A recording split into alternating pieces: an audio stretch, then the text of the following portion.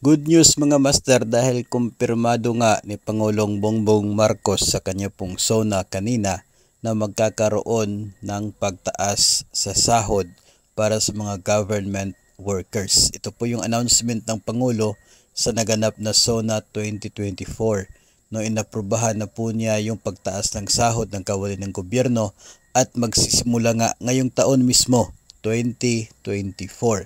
Apat na tranches pa rin ang magiging salary increase katulad po ng mga nangyari noong mga nagdaang salary increases po natin. 4 tranches pa rin po. So sa post po ng DBM, ito po yung naging pahayag ng Pangulong Marcos. Mayroon din pong aasahan na medical allowance, karagdagang benepisyo simula po ito sa susunod na taon. Tapos itong salary increase nga na effective po ngayong taon mismo, 2024. So yung tanong na lamang ngayon ay magkano ito pong magiging salary increase. Ang pangalawa ay kung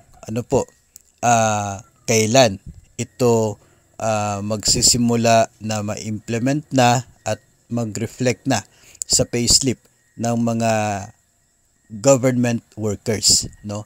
Tapos kung lahat ba ay eligible para sa salary increase na ito.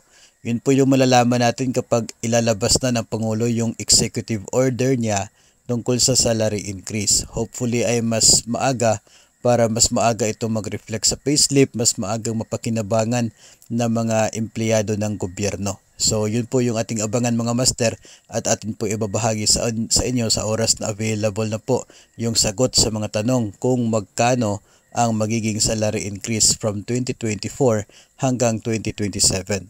Pero ang importante sa ngayon, tuloy itong salary increase.